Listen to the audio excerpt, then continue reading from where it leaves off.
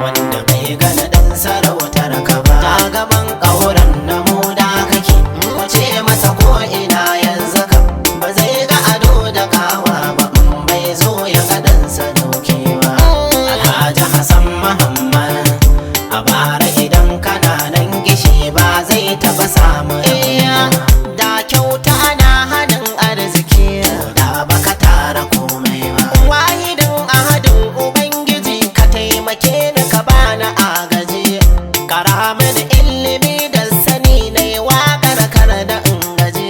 Kowa ka gani da ranar sa shi kuma tashi ta taimakon al'umma haka rabi ya yi shi turrangi ga kyauta ga zuciyar taimako haka mun kaji al'umma na waɗi mun ji batu a ranar nadi